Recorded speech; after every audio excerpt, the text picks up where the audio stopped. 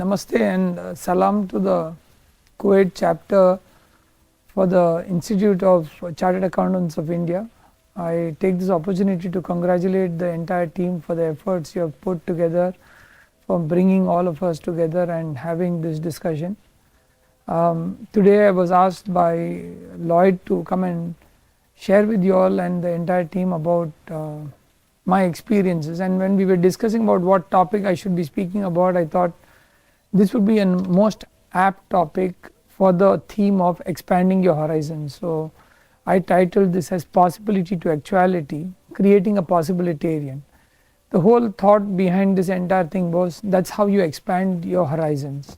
So here I am today sharing with you all my experiences on my journey, and I have dedicated this to two important leaders from my country, Sri M. Vishweswaraya, who's one of the pioneer engineers who comes from my town of Karnataka near Mudinahalli, and also one of the tallest figures, and it is his birthday that is celebrated as the Engineers Day in India. And the other gentleman is the Bharat Ratna Dr. Bidhan Chandra Roy. The BC Roy Award is one of the highest honors that a doctor gets today. He was the Chief Minister of West Bengal, and today the National Doctors Day is celebrated as his birthday is celebrated as the National Doctors Day. I thought it is very apt today because when I got this invite from Sri Ram, the question was, what will a doctor do in the midst of all the chartered accountants? And rightfully I did not deem myself to be eligible enough to be a part of this, and I kept thinking to myself, and when he first asked me to give the inaugural short clip for the chapter, I said to myself, I'm a biologist and I took biology because I was weak in economics, and that's how my start with this career was.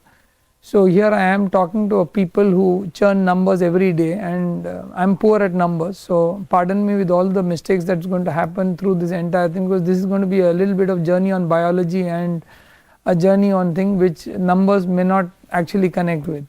So I'm going to just talk this entire presentation through three parts of the focus. The first aspect of it is, I think we are entering into a world which is post World War C, the COVID World War. The second is about some three lessons that I learned in my journey of life, which I felt were pertinent to expanding the horizon, the theme of this particular event. And lastly, I'll be talking about what I learned from these lessons. I think we've all come out of this World War C. If you look at it, and I often tell my colleagues, think of it, this particular virus weighed about 0.85 attograms, and a few grams of this virus brought the world to a standstill. Just a few grams of this virus brought the world to an entire standstill. And what else could it be? I mean, so I called it, during that time I wrote this entire op-ed for the Sunday Guardian, and I called it the World War C, and I said, on a lighter note, C is not China, it's a COVID virus. So the World War C had a daunting effect on the world, and somebody asked me, how do you describe this particular pandemic? And I said, if you remember the words of Winston Churchill in the World War II, he described something about Russia, and he said, it's a riddle wrapped in a mystery within an enigma, but perhaps there is a key. That was COVID for us. Even today we don't have answers on COVID. And we keep hearing these murmurs of this new variant coming up once and again, keep cropping up. My friends, I want to tell you that today we are sitting in an era post-COVID. In this room filled with experts, scientists, chartered accountants, investment experts across, and all we can think of looking at this audience is that this world is a different place now. It's no more the same place that we used to be. So if you look at this entire thing, I have said that the world is going to be divided into AD and BC. AD is after disease, BC is before COVID. The world after COVID is going to be a different place. It's going to be a place which is going to be having new rules in the game, and I'm here to share with you some of those new rules that I predict will happen in the next coming decades. Now, what was interesting about this New Age war it was not fought by soldiers, it was fought by doctors. It was not fought by weapons, it was fought by soaps and sanitizers. It was not fought by close encounters, but it was fought by social distancing, and it was not fought with the loss of sense of smell, which was the first symptom, but it was fought with loss of common sense. And that was the hallmark of this entire pandemic. We actually lost common sense. And I want all of you all to sit down and think about what you did in the first wave. Some people were washing the floors to the walls to, that was the extreme to which it went. I was treated like a virus for 6 months. Every time somebody would see me, they would disappear because I would be coming from the COVID ward in the hospital. So I have memories of the first wave and the most funny things that we did. And I want all of you all to close your eyes and think for a minute of what are the funny things you did for the first wave. So I think the first symptom of it was actually loss of common sense. And then when it came for the second wave with a complete new fervor, we were all relaxed, saying that no, nothing's going to happen this time. And that's the time it actually wreaked the massive havoc, again losing our common sense in some way. So the beauty of this entire war on this pandemic was the rules that have changed over these years. So I'm going to play this small video which actually inspired me a lot, because I thought when I'm going to talk about expanding your horizons, I said, how do you expand your horizons? So if you want to expand your horizons and if you want to live to this theme of creating, adapting, you need to bring the child inside you wake up again. You cannot do all of this of expanding your horizon and relearning and unlearning during this expansion by trying to be yourself, and you cannot do it from the state of mind that you are in currently. So you have to wake up the child within you. So this is a video that inspired me a lot, and I'm just going to play this video for your reference. This is something that really inspired me.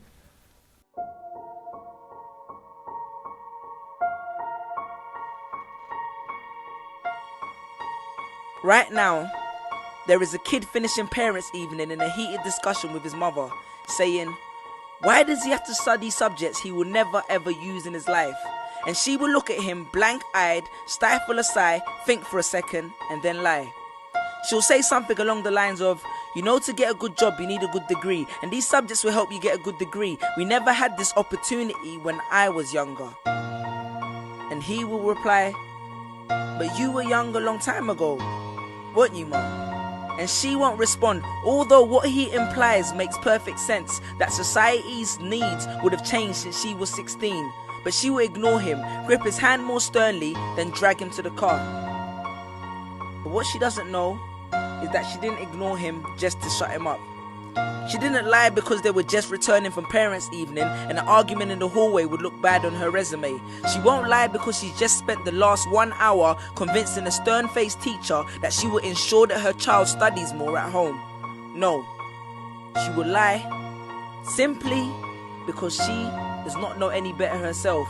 Although her whole adult life she has never used or applied Pythagoras' theorem, pathetic fallacy, and still does not know the value of x, she will rely on society to tell her that her child, who has one of the sharpest minds in the school, is hyperactive, unfocused, easily distracted, and wayward. Students, how many equations, subjects, and dates did you memorize just before an exam never to use again? How many A grades did you get which were never asked for when you applied for a job? How many times have you remembered something 5 minutes just after the teacher said stop writing, only to receive your results 1 month later to realize that you were only 1 mark short of the top grade?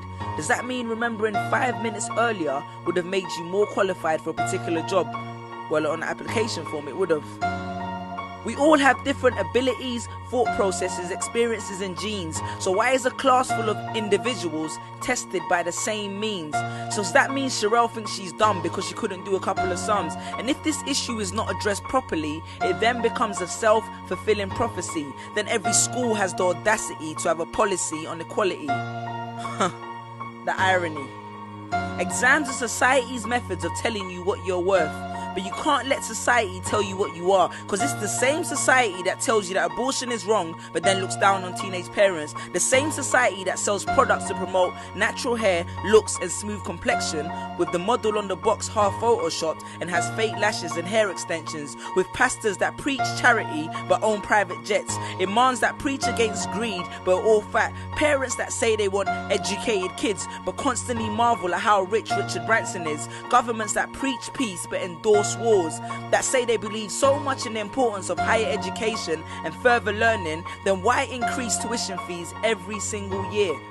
I believe Miss Jefferson when she took me into the office and said that my exams would be imperative to my success, because we was taught to always follow when Miss Jefferson led. But then I took Jefferson out of the equation and learned to think for myself. I realized we was taught to always follow when Miss led. The irony.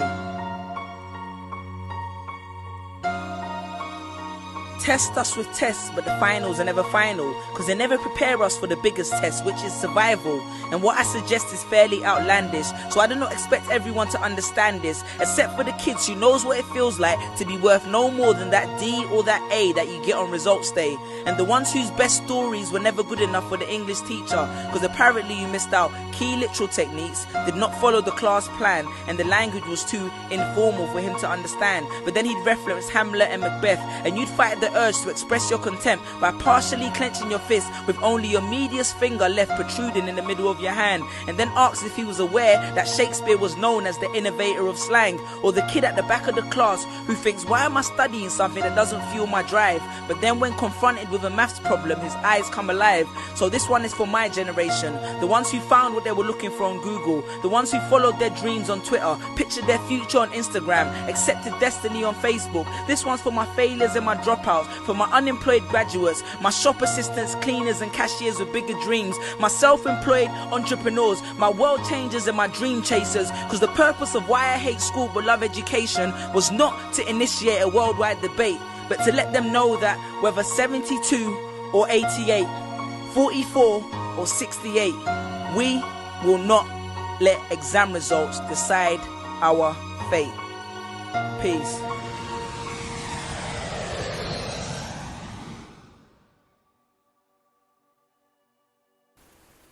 So I just wanted to share this video, which I thought was very inspiring, to talk about how important it would be to unlearn if you have to expand our horizons. And today, I think post-COVID, and when I sit with governments across the world, I keep telling them that we need to bring infrastructure, defense and health on the same platform.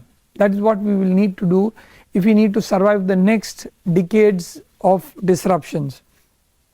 Just from a medical point of view, if you have to understand, look at this. If you want to take a particular innovation from bench to bedside, it takes you 17 years. That's what it takes you in medicine. And what COVID did was created a research hyperloop. What it did was it brought it down to 7 days, sometimes 17 days, sometimes 17 hours, and it disrupted the whole ecosystem. The joke was that when the vaccine trials were going on, we used to hear that the chimpanzees were discussing among themselves that when will they get the vaccine, because human trials are going on. That was the speed in which acceleration happened, in innovation happened in the area of research in vaccines. Today, when we look at the way of disruption and the way of re-innovation, I'm tempted to share this data with you of the Boston Consulting Group's report on transforming beyond the crisis with head, heart and hands. Do read it. It's available on the net, and it's a very phenomenal report. I think it talked about the world of the world post the pandemic, and one of the most relevant things it talks about is a people-centric transformation agenda that will be the key differentiator and not just recovery. I think the emphasis this report gives us about how are you going to use your head, heart and hands to make a difference to the world, bringing value to the world, bringing value to the work you do, rather than just talking about numbers and just talking about wealth. And it's a very thought-provoking report, I must say.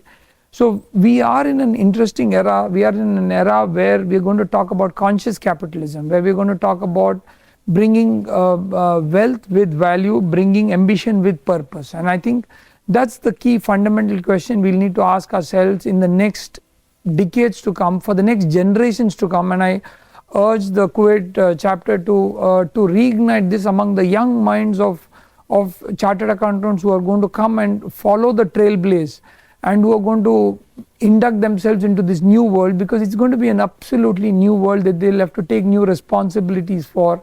And that's why we will need to really rethink on the way we are approaching education itself.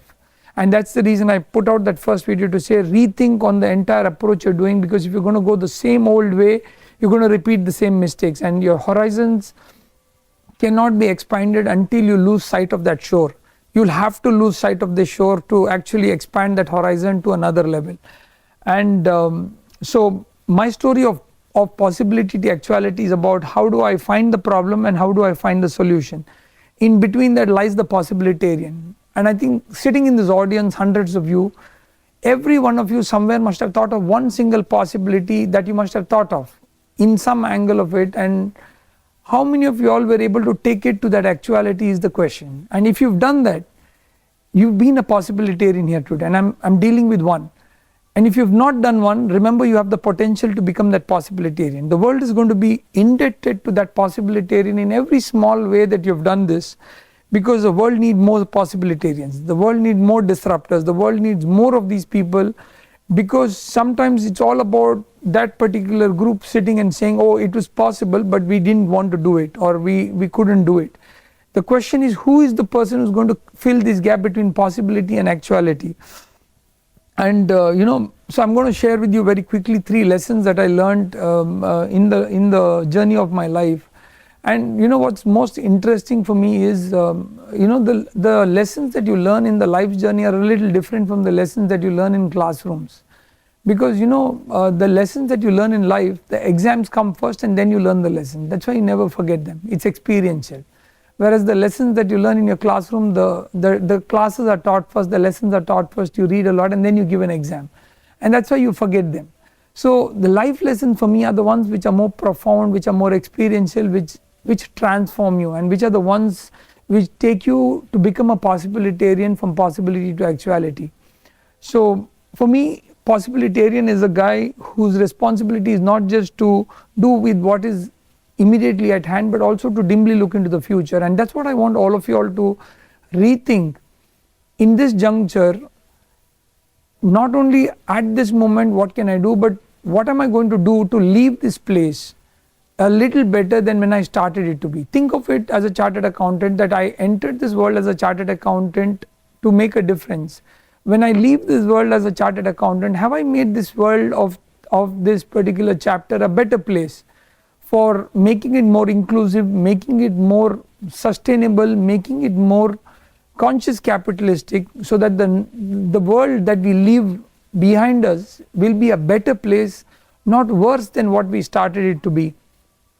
So I often find this, and this is one of my favorite slides that I talk about. It's not easy to find the right problem, and this is for every chartered accountant sitting here, every chartered accountant across this world, beyond this chapter, this being an international conference. And I think the difficult part is to find the right question. The question is, how are you going to find the question that is going to define your possibilities? And this is a joke I often say. This is an anecdote of one of the marketing heads who comes to Dubai and wants to make a fortune out of selling cola, and he comes with this very interesting plan. He uses some AI tools, comes out with this very disruptive marketing tool to cut the language barrier, where a person is lying tired, exhausted in the desert, picks up a cola and starts to run. He says simple cut to chase, and he wanted to disrupt the whole market. And time passes by, he's sitting with his friends and he's chatting with them about how he's going to disrupt the market. And so after the launch of the program, months pass by, and his friends meet him again in one of the restaurants, and they were chatting with him saying, I think by now you must be the CEO of the company. He says, some things went wrong. I didn't realize when I came in from India, I was coming with some other plans. I forgot that the Arabs read from right to left, so I think the plan went wrong. So the entire message became that a man running happily on the desert drinks a cola and falls dead in the desert, tired. So the problem is about identifying the right problem, and which is what we miss. And please note this, my friends, it's not easy to get a good problem. How many of you will wake up to this brilliant idea that you think that you woke up that morning to Google it up and realize 200 people have already done it? This is what I go through often when I come up with this Nobel Prize winning idea. When I wake up and I think this is something disruptive, but when I wake up I realize already this has been done by 2,000 people. So the question for you is, how are you going to find your problem? It's not going to be easy, and sometimes it takes a lifetime. and that's what happened with many of us. And the second principle is, I think, looking at, if when Newton saw the apple, he saw the laws of gravity. I mean, Steve Jobs saw the apple, he gave me a Mac computer that sometimes is not compatible with most of the other systems. That's what we are doing today, struggling with cords and connections to try and figure it out. But look at the perspective that each one of him looked at it in a different way. Somebody looked at the apple for gravity, somebody looked at the apple for computer. The apple finally was eaten by a third person for another reason. But the perspective that you got from an apple was so inspiring that two of them changed the world. The last, I believe, is that the answer appears when the question is ready. It's like the disciple is ready, when the master appears when the disciple is ready. So today, to share with you, my friends, I think these are the three core principles that will define the exams that I gave. And the first one of it was a very interesting one. I got a student who asked me, how do I get a brilliant idea? And rightfully I thought to myself, and I told him, I said, if you hold on to one patient's problem through your life, you will be flooded with ideas, because one single problem given genuine attention is good enough to give a soul to the problem, and that could be scaled to masses which can become markets. But today what we are taught, look at what the market is. I keep getting these students come to tell me that, I'm looking at artificial intelligence, it's apparently $1 billion market, and I really want to work in AI. And I keep telling him, what's the problem you're trying to address in AI? And he says, that I don't know, but I know that there's a market there. And I tell them, you're going to fall flat on it. I classically remember this youngster who come to me saying that I've devised this new device, which is a biopsy needle for a tumor in the stomach. And I asked him, I said, how did you come up with this idea? He said, I googled a lot of these stuff, and then after that I found out this idea, I read this paper, and then I raised this first round of funding, set up my company. And I said, now you're coming to meet me to ask me if it's going to work or not. He said, yes. He said, I've never visited a hospital before this, and he's already raised the first round of funding. So I said, very interesting. I said, meet with my GI team and sit and have a discussion with them. And they told him, we don't even insert the needle this way. So you may imagine what happened to that company and the investment. So he's now working on the second device, but I'm thinking to myself and saying that somebody went and already invented, raised funds, and without defining the problem went ahead with a brilliant idea, because he thought of a market which was there for that particular area, but forgot that the actual problem lies in the soul of it. So I came across this problem that many people with throat cancer don't speak after they lose their voice. It took me a decade to actually identify this problem. So I've been watching this in front of me, but it was that one fine day when a security guard woke me up from my deep slumber, because he gave me a very interesting question. He said, because you've removed my voice box, I've lost my job. He says, how do you help me find my job back? And he says, I couldn't afford the voice machines that were exorbitantly costly. And for me, what reminded me was, for a common man, speech and communication is a right, not a privilege. Imagine I'm sitting in this hall, and I tell you that left side of the people will speak because they have money, and the right side can't speak because they don't have money. Now when God gifted us our voice, He did not decide it based on this kind of a discrimination. He gifted everybody a voice, and speech and communication is a part of our right to peace, justice, dignity. And only because of a few amount of money, and there were only two machines available in the world, one from US and the other from Europe, both patented and cost at a few hundreds of dollars to $1,000, and the procedure charges additionally added, and then every 6 months needed a replacement. My question was, what could I do to change this? And I'm just playing this video to show you what we did to disrupt this ecosystem and invent this voice processes that today has given thousands of people voices to speak again.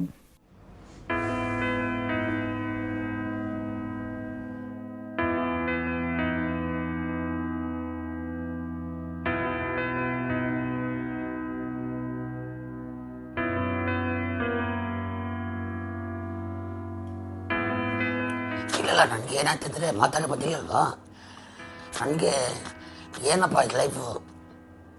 ಯಾಕಂದರೆ ನಾನು ಬಂದು ನನ್ನ ಆಫೀಸ್ನಲ್ಲಿ union leader, ಎಲ್ಲರಿಗೂ ನಾನು ಮಾತಾಡಿಬಿಟ್ಟು strike ಅದೆಲ್ಲ ಇದು ಮಾಡೋದು. ಈಗ ಮಾತಾಡಿ ಬಂದ ತಕ್ಷಣ ನಿಮಗೆ ಮನಸ್ಸು ಬೇರೆದು, ಎಲ್ಲಿ ನಾವು ಹೋಗೋಣ ಅಂತನೂ.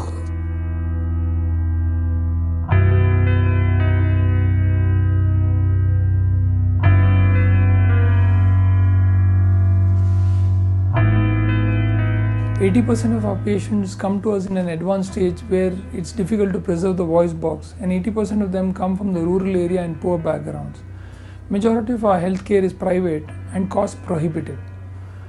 That was the reason that I felt that there was a dire need to actually help these patients speak again, because speech is a right and not a privilege.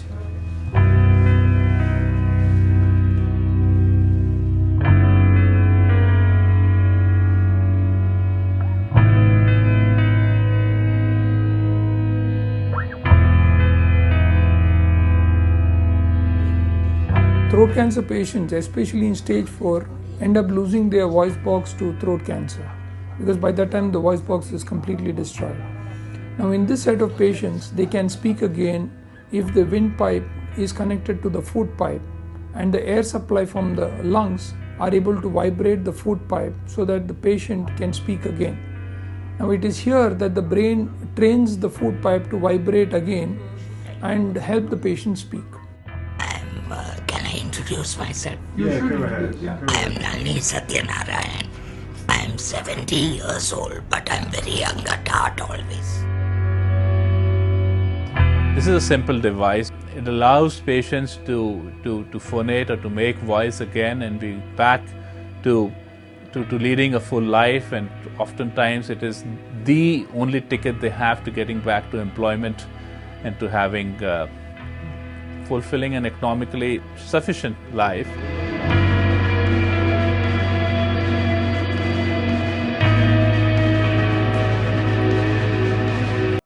So this was a video that was gifted to me by BBC, and I thought this was very inspiring that today thousands of people are speaking with it, and some of them who have not spoken for 10 years, 14 years, who are again speaking with it. And what I am trying to work today is to see how can I take this to about 144 countries. And I remember when Government of India stood with me and supported this and created this entire innovation with me, they asked me, Vishal, what more do you think we can do? And one of the things we thought was we should include this into the Disabilities Act, so that henceforth onwards the person not only who has lost his voice, loses his voice, but also gets his job back. So that was the little small difference I made by saying that let's include it into the Disabilities Act. And today I'm trying to take it world over to say that don't make it into a commercial product, make it into a disability related product that gives people their job back. And today when I get patients who have got back their jobs, that is the real testament of my success, not just a voice. I gave them their job back, I brought them back to the society, I made them feel relevant, I made them feel wanted, and they were able to contribute to the GDP of this particular nation. And I think that is the real crux of the philosophy, not just a product, a principle, a philosophy that was innovated. And this is another interesting part about expanding the horizon that I would want to share with you. 6 months after inventing the process, I was still struggling with how to insert it easily. I had really struggled. I was not able to crack the code on how to make it easily insertable, so that I don't have to take the patient into the operating room, but I could simply do it inside the OPD in a few minutes. So while I was struggling with this entire thing, and I was completely failed at one point, I was talking to my engineers, and there's this principle of Occam's razor. That means when you're faced with a very complex problem, try to simplify it, don't complicate the problem, don't become a politician who's complicating it, So I started working on this entire thing, and I was working on various designs which had failed, when something very strange happened. That fine day my wife called me for shopping, So we both had a diametrically different opinion on shopping. So I used to go to a shop to figure out what I want, and she used to go to buy what she wants. So I was feeling lost in these shopping. So we went to this Health and Go center, and we were trying to figure out, and my son, who's 2 years old, was running helter skelter in the shop, trying to take boxes of things and throw them around. While he took one of those boxes, threw them, I tried to put it back into the box. I tried to put it back into the shelf, and I saw it was a box of tampons. And I realized to myself that this was a eureka moment. I felt I needed something which is not a complex medical device for insertion, but something as a tampon which is off the shelf, but something as simple as that. So there I was at the billing counter of the Health and Glow store with some 5 boxes of tampons, and my wife staring at me saying that something's gone wrong with this fellow. And I looked at her and said, no, I found my answer to my question. I said, I think I think my discovery is complete. I know now how the inserter should be. She said, no, this is ridiculous. What are you doing over here with all of this? I said, no, this is R&D. This is not ridiculous. This is called R&D. So I was there going to my engineer, showing these boxes of tampons. The next few days were tampons in my car, tampons in the clinic, tampons in my house, tampons everywhere. And me working on designs, talking to the Japanese manufacturers of tampons, asking them how do we work out simpler solutions. And it was a very interesting learning journey for me to understand how do we create something. And I went back to my engineers and they said, no, this is very complicated. It's not that simple. You're talking as though you're designing a toy. And I said to them, this is making sense. I said, I don't know why I'm talking to you all. I said, let me go back to toy makers. So I went to toy makers. So this is Kausar Pasha, whom I met in one of the villages in my state in Karnataka. This man has a very interesting, he has a small hole in the wall garage kind of a thing where he makes science toys. So I asked Kausar, I said, look, I have this very complicated problem. I wanted to seek your advice. And he makes science toys. He specializes in science toys. So he said, look, I'll create a prototype to you in the next 1 hour if that's okay with you, and then we can work further. So I looked at him straight and I said, no, I've not bought the AutoCAD drawings. He said, no, he says, I don't work on that. He said, just give this to me. He took a feel of it, looked at it in all dimensions. He said, okay, let me just work out the first prototype. And he came back to me with the first one, which is this, which is a wooden toy made up of colors. And this is the gift that History Channel gave me, acknowledging Kausar Pasha's effort. It's a small 30-second video, but I would play this.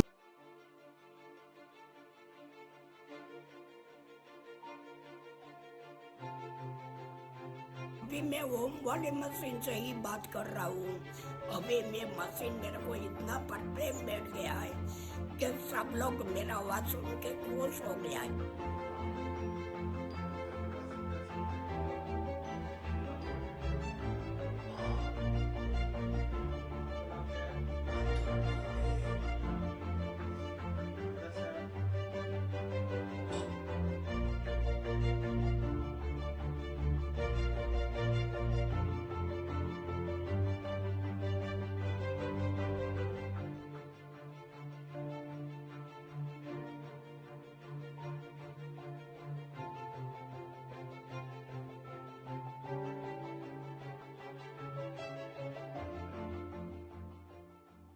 Now this video is a testament of how me and Kausar Pasha actually joined together to create an innovation. And this is again another example of expanding your horizons, of how we actually went to a non-domain person. Now who would have imagined that a toy maker would actually solve one of the most complex problem an oncologist was facing at that point in time. And I think now today we are creating a voice chain. We are trying to go and reach out to nearly 140 countries of this world, poorest to the poor, where there is no hope of anybody getting voice, and trying to connect the world and see if we can actually make the world a better place by connecting these voices and giving them a voice. And today many organizations have actually acknowledged the effort of this, including DBS has given us the Social Venture Challenge Award. Harvard Business Review has created a report on it. To recently our Honorable Prime Minister and the World Economic Forum's acknowledgement of keeping this device among the 4 disruptive innovations from health at Davos in the World Economic Forum, where acknowledgements to the testament that good intentions are most important to incite and ignite an idea. So the first lesson that I wanted to share with you all was, we are all not constrained by the discipline of rigor, but by the limits of our purpose that to make a difference, and that's defined by our imagination. And I think expanding your horizon would require you to expand your imagination. And that's the first I want to share. And the second is to look at moving from ambition to purpose. We all have ambitions. We all want to be CEO, chairman, directors, but what defines our purpose of life is the path to fail successfully. So one of the interesting instances, and I keep sharing this philosophy, that our goal of education is knowledge, and the goal of that knowledge should be some form of service. What use is this knowledge and all this extremely elite education that you get if it cannot serve a fellow human being at need at the time of that particular hour? And that's where I want to share this little story. I'm a biker, I love biking, and I just go on these lovely long trips to search for solitude sometimes. And while I was on one of these journeys, I remember I was invited by this gentleman. His name is Dr. Swaminath, a very famous psychiatrist. He runs this small psychiatric rehabilitation center in the remotest corner of one of the villages, where he believed that forest tribals had also psychiatric illnesses and it was an unaddressed problem. Now I would not imagine all of this, but what he would do was he would take destitutes who are walking on the road aimlessly. We used to laugh at them or just mockery and just ignore them sometimes as mad people, and he would take them from the road and take them to this center, help them remember who they are, and then send them back again. That's what he would do. So that was a very interesting thing, because I just went to say hi to him. I just thought on my way on biking I'll just stop by, because he's been asking me for multiple times to come there. So as a formality and as my tick mark, I thought I'll do this and I'll go there and just say hello to him. But what ended up was meeting people like this gentleman that I saw there had been transformed into this. So the most interesting lesson for me in this entire journey was when I completed meeting with all of them, Dr. Swaminath asked me to write a small note in his diary about my visit and my experience. It was one of the most moving experiences I must have had during this period. So I wrote a lovely note for Dr. Swaminath congratulating him on something that I had never imagined, something that I thought was so soulful, so genuine, and something so powerful that had actually the power to change the way a world of mental illness could itself change. And while I was writing this note, I told him I would like to give you some suggestions, and he looked at me and said, look, we have a rule here, you just cannot just open your mouth on this. If you give me a suggestion, you yourself have to implement it. And I said, this is so stupid. I said, this is strange. So I got lip locked for a second, and I said, no. I said, what do I do? So I was half out of my suggestion, and I said, no, let me complete it. So I said to him, I said, look, I wish there was music over here. So he said, oh, he said, sure. He says, complete it. He says, go fix music systems everywhere. And I said, okay. I said, now that I opened my mouth, I have to complete this commitment. So I was there. I went back to Bangalore, called up the CEO of one of these companies which owns these electronic stores, told him, get me some of these music systems, get this quickly arranged for me so that, you're able to send it. So I asked my secretary to courier this to Dr. Swaminath's center. And rightfully enough, after they have received the delivery, Dr. Swaminath calls me up and in a very rude tone asks me, saying, who the hell told you to send all of this? I said, what do you mean? I said, it's one of the very good music systems. I've sent it to you as a part of my commitment. So I said, you should be happy about it. He said, no, this is ridiculous. You never even asked me. He said, you should have asked me proper suggestions. This is not the way you set up a music system. These are psychiatric patients. They just can't be put anywhere. So I needed a carpenter who will be able to set it up in a higher platform. I needed wireless systems, and I need an electrician, and I need all of this. He says, you've just done the job too easy by outsourcing it to 3-4 people. He said, this is so ridiculous. So there I was, fully confused and frustrated this time. He sent it back to me again, and I was going back now to carpenters, electricians, trying to figure out with wireless speakers, and that's the next lesson I learned, that advice is the greatest vice we can have. We all give a lot of advices. Now let's sit down and think back on how do we avoid these advices. So I now, every time before I give an advice, think again about Dr. Swaminath before I open my mouth, and I think if I get another Swaminath, I'm in danger because I'll have to implement it myself. So I'm very silent when everybody asks me for an advice, and I say, look, I need to be cautious before I open my mouth. The first question I ask myself is, what can I do for this? And if I can't do much, I'll be very cautious opening my mouth on this. And I think that brings us all to finding, when you expand your horizon, look at how do you find the purpose to your life. And that's the lesson number 2 I found.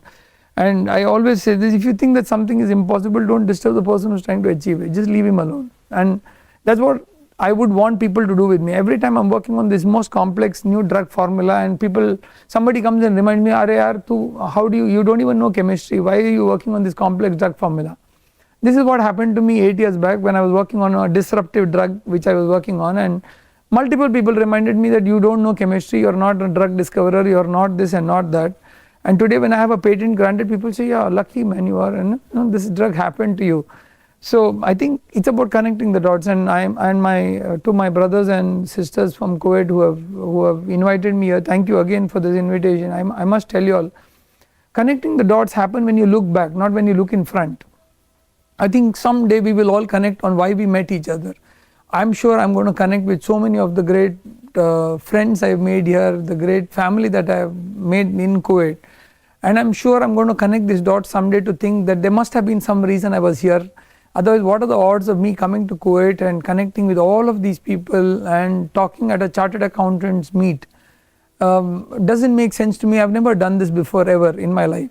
So I still think that purpose finds you when you're ready, and I think that is what happened with me today, that I'm sitting in the midst of all of you, and I think someday I'll connect these dots on why I came to Kuwait. I think the last one, and I'm going to try and wind up this very quickly. Some time back, WIPO, the World Intellectual Property Organization, made me as the personality of the month, and they asked me a very nice question in the interview. They said, "Doctor, tell us about your journey as an entrepreneur." And I said, look, there's one thing that I would like to confess, that as complex as the spelling of this word entrepreneur, so is the journey. I still don't get the spelling right. I'm not good at the spellings of this entrepreneur spelling. I often get it wrong. And look at India's gross domestic expenditure on R&D, and when I look at USA, when I look at China and other countries, we far away, but the bubble is small and still potential. And I think that's one of my humble submissions to the association here.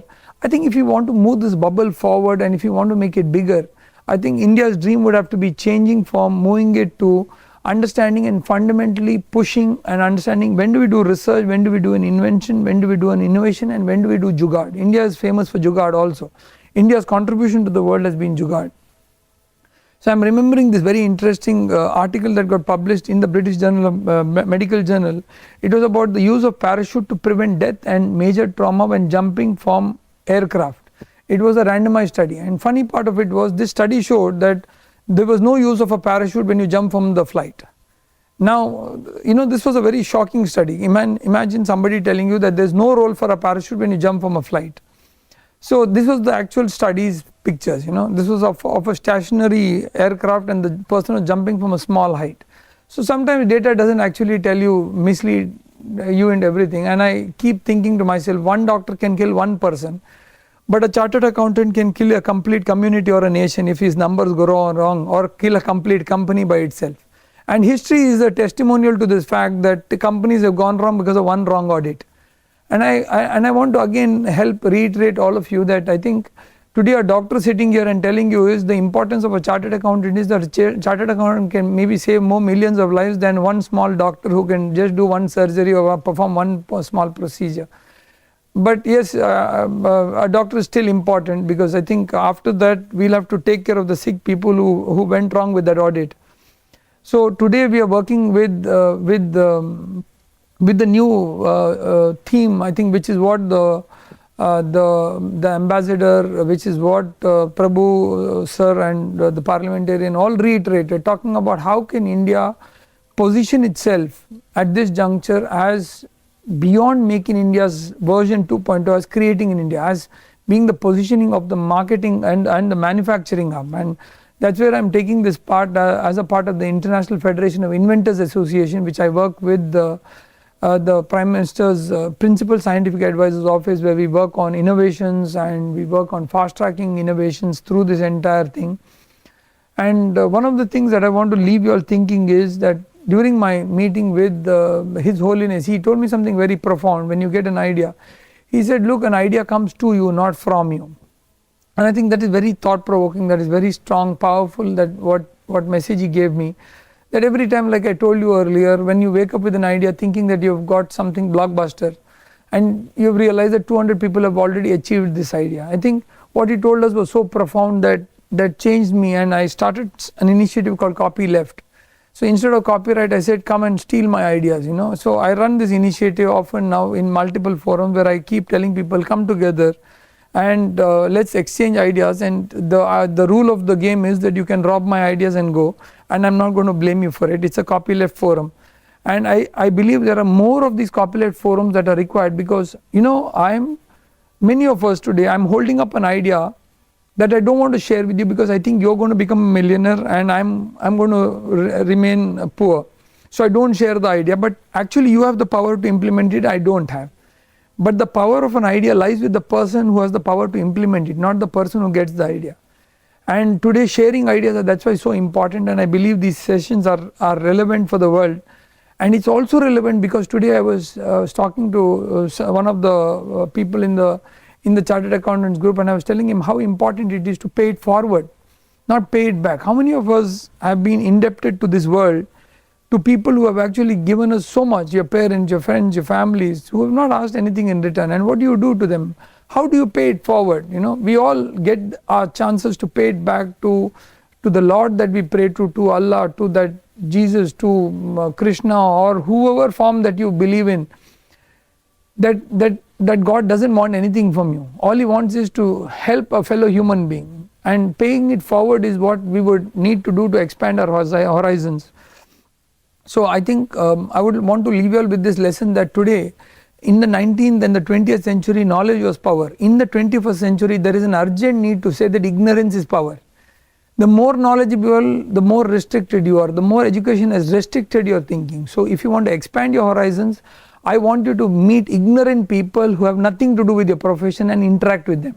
I think they are the ones who are going to open up the barriers for you, and the gates, floodgates of knowledge will be opened by an ignorant fellow, not by an intelligent fellow in your domain. I'll leave you all with these philosophies which Justice M.N. Venkatachalaya told me. Justice M.N. Venkatachalaya is the former Chief Justice of India. He told me something very profound. If 3 doctors every day go walking from the home to the hospital, the GDP is low. And if the same 3 doctors buy a brand new Mercedes and drive it to the hospital, the GDP is much better. And if the same 3 doctors on the way to the hospital die in an accident, the GDP is the best. He said, do not assume GDP to the best assessor of your progress of this country.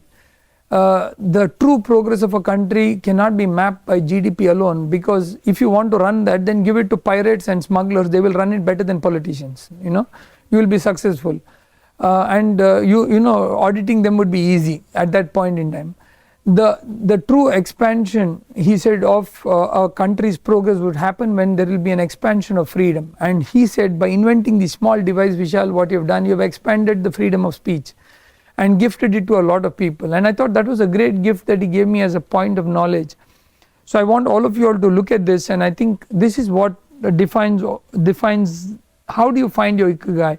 What you love and what the world needs is what is your mission, and what the world needs and what you get paid for is your vocation, and what you get paid for and what you're good at is your profession, and what you're good at and what you love is your passion. So in the center of this is your ikigai, and that's what I think is the philosophy of trying to find the central core of your being in the midst of all of what you do over here. And I think I'll close with this. Thank you very much. Again, I thank the Kuwait chapter for inviting me. This has been an honor, a privilege. I've made so many friends and connected with so many communities across. So a special namaste and salam to all of you. I wish this conference, this meeting, all the best, and may God be with all of you. Thank you.